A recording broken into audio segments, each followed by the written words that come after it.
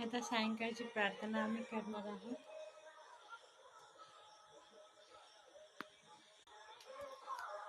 तर आता सायंकाळची प्रार्थनेची तयारी चालू आहे.